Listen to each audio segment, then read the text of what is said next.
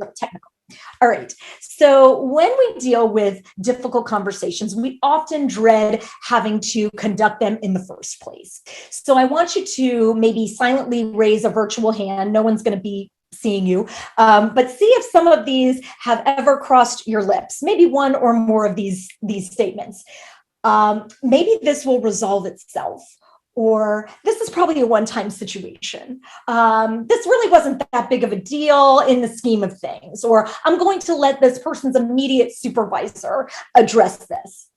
If any of those statements have ever crossed your lips or you've thought about them, chances are you've found yourself in a situation where you're compromising with yourself, making a deal with yourself in order to avoid having to have these conversations. Here's the situation. When we do that, the problem becomes this. And I love this meme because this is exactly how it feels physically and emotionally. When we avoid difficult conversations, we trade short-term discomfort for long-term dysfunction. And we don't want to do that. So let's review.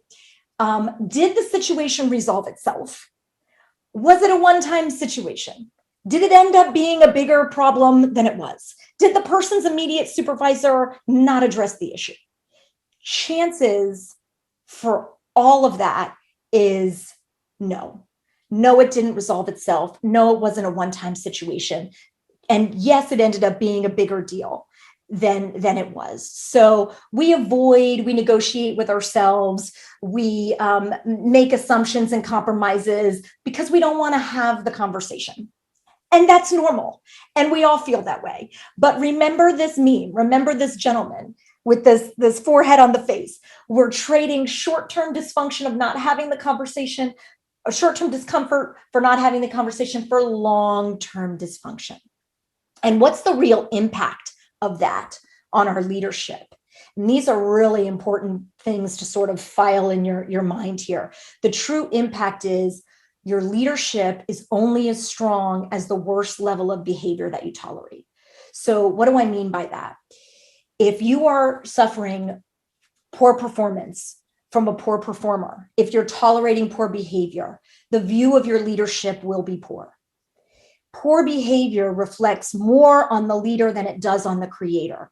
So think about this.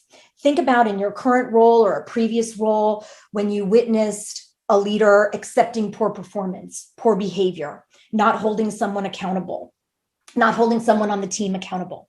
Your thought automatically goes to, why isn't the leader doing X, Y, Z? Not, why isn't the coworker doing their job?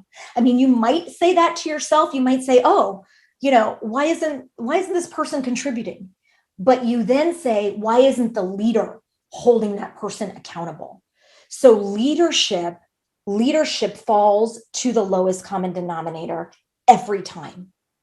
So you need to have these conversations. You can't negotiate with yourself. You need to be able to coach through these challenging conversations. So how do we prepare? How do we prepare to have these conversations that we know now we need to have? Because the view of our leadership needs to be as strong as it can be. And we want it to be as strong as the best behavior that we tolerate. So the first